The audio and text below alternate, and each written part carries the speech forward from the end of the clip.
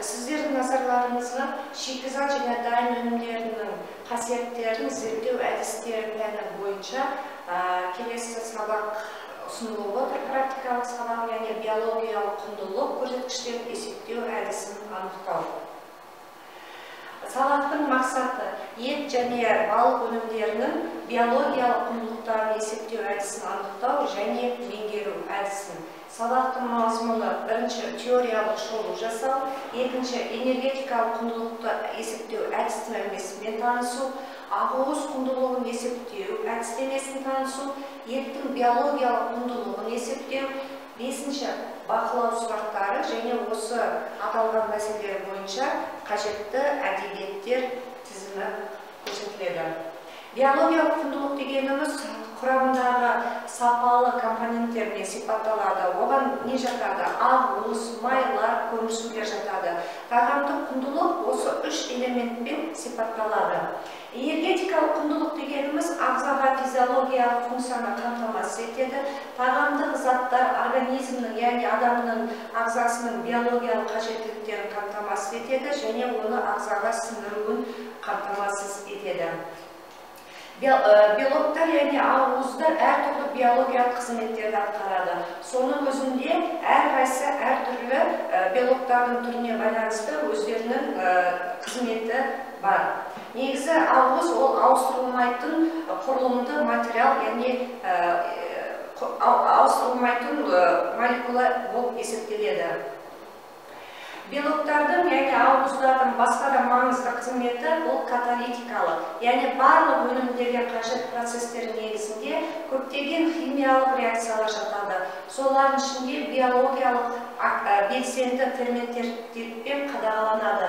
Маңызды рөлді гормондар атқарады, ал гормондар дегеніміз биологиялық активті заттар болып табылады. Олар зат алмасуға, яғни ағзадағы ықпал етеді. Майлар дегеніміз не? Майлар дегеніміз күрделі майлар және май тәрізді заттарға бөлінеді. Ол адам организміне майлар әртүрлі физиологиялық рөл атқарады. Майлар да негізгі энергия көзі болып табылады. Көмірсулар дегеніміз табиғи органикалық қосылыстар тобы болып есептеледі. Адам және жануар ағзасында құрғақ массаға қатынасына есептегенде 2% көмірсу болып табылады. Көмірсулар адам тамағының негізгі массасын құрайды. Сондықтан адам тәулігіне тамақ жеген кезде тамақтың құрамында көмірсудың болуы маңызды рөл атқарады. Барлық көмірсулар моно және полисахаридтерге бөлінеді. Көмірсулар негізгі тобын өсімдік тектес өнімдерден болатын тағамдық талшықтар құрайды. Дәрумендер немесе витаминдер деп аталады. Жоғары биологиялық активті, төмен молекулалы органикалық қосылыстар. Витаминдер адам организмінде түзілмейді және өте аз мөлшерде ғана түзіледі. Сондықтан дәрумендер көбінесе жеміс-жидек, көкөніспен адам организміне сіңеді. Тағамдық құндылық дегеніміз тағам өнімдерінің пайдалы заттарының кешені болып табылады. Жоғары тағамдық құндылыққа ауыстырылмайтын нутриттерге жататын заттарға ие. Энергетикалық құндылық дегеніміз ол тағам өнімдерінен бөлінетін энергия мөлшері. Оның өлшем бірлігі килоджоульмен есептеледі. Килоджоуль тағамдық құндылықты есептеген кезде 100 грамның құрамында қанша килоджоуль бөлінетінімен өрнектеледі.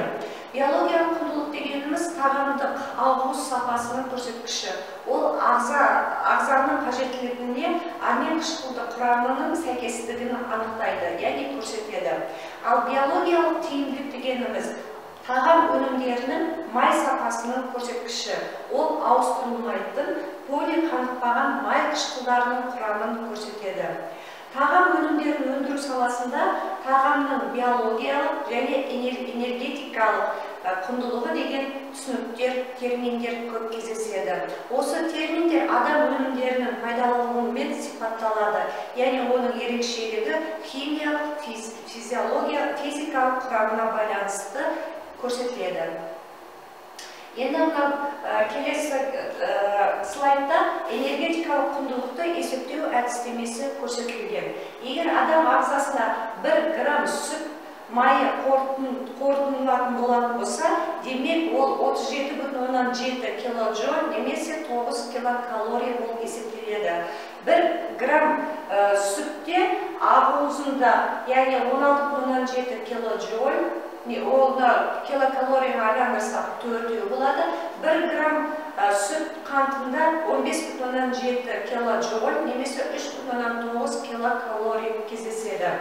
Егер майдың салмақтық үлесі ақуыз, лактоза белгілі болса, онда 1 килограмм сүттің энергетикалық құндылығын есептеуге болады. Демек 1 килокалорияда 4,184 килоджоуль энергия бар деген сөз. Егер майдың салмақтық үлесі, майдың құрамы 3,2, ақуыз 2,8, лактоза 4,5% болатын болса, онда энергетикалық құндылығын есептеу кезінде 1 килограмм сүтте, яғни 32 грамм май, 28 грамм ақуыз, 45 грамм лактоза болады. Яғни осыдан біз 1206 килоджоуль энергияны есептеп шығарамыз. Яғни осыған байланысты 32 грамм майды көбейтеміз, 28 грамм ақуызды және 45 грамм лактозаны көбейту арқылы біз килоджоуль, яғни энергетикалық құндылықты есептейміз. Сонда қосындысы барлығы 2380 килоджоуль, немесе 568,8 килокалорий. Ол 1 килограмм сүттің энергетикалық құндылығын көрсетеді. Енді сол бұған байланысты сүттің 2,5%, 4%, 1,5%, 0,5% майлы үлесі бойынша энергетикалық құндылығын осы жоғарыда көрсетілген өрнек бойынша анықтауға болады. Келесі, ақуыз құндылықтарын есептеу әдісі келесі жолмен анықталады.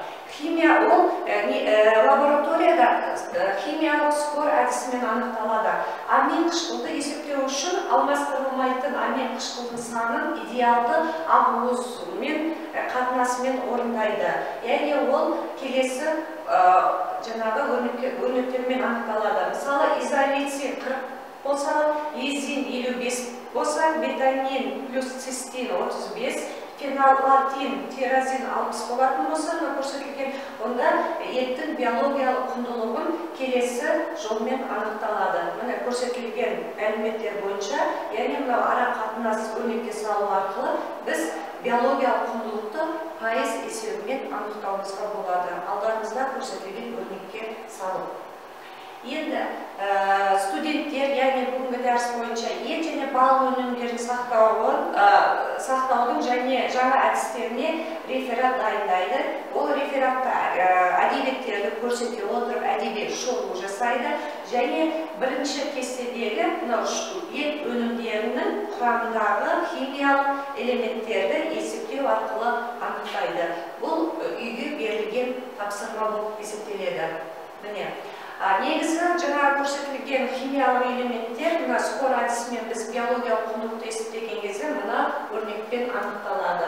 АК дегеніміз зерттелетін 1 грамм белоктағы алмастырылмайтын амин қышқылының құрамы, ол алдыңғы кестеде көрсетілген. Келесі АК дегеніміз 1 грамм идеалды, яғни стандартты белоктағы амин қышқылының құрамы, яғни ол 100 граммға есептеген кезде проценттік коэффициент болып табылады. Міне, енді осы шикізат және дайын өнімдердің қасиеттерін зерттеу пәні бойынша біз студент, яғни кез келген студент өздерінің қорытынды кестесін жасайды.